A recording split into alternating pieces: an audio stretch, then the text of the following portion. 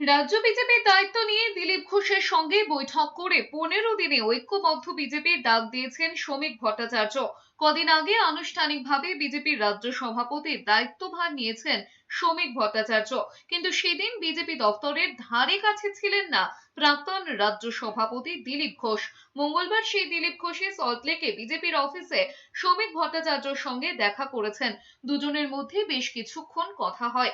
এরপর দলীয় কর্মী সমর্থকদের সামনে সদ্য নিযুক্ত রাজ্য সভাপতি শ্রমিক ভট্টাচার্য বলেছেন, এখানে সবাই বিজেপির, প্রতীক একটাই, পদ্ম ফুল।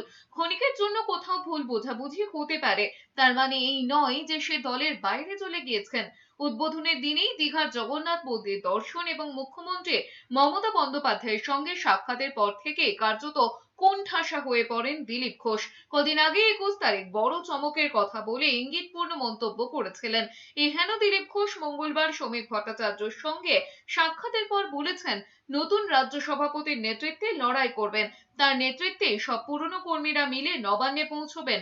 প্রাক্তন রাজ্য সভাপতি দিলীপ ঘোষ আরো বলেছেন, জল্পনা কল্পনায় নয়, বাস্তবে বিশ্বাস করেন 21-এ সাফ হয়নি, 26-এ হয়ে যাবে। দেখুন, রাজনীতিতে ধারণা তৈরি করা, এজেন্ডা চালানো, এটা একটা বড় অস্ত্র পশ্চিমবাংলার রাজনীতিতেও চলছে।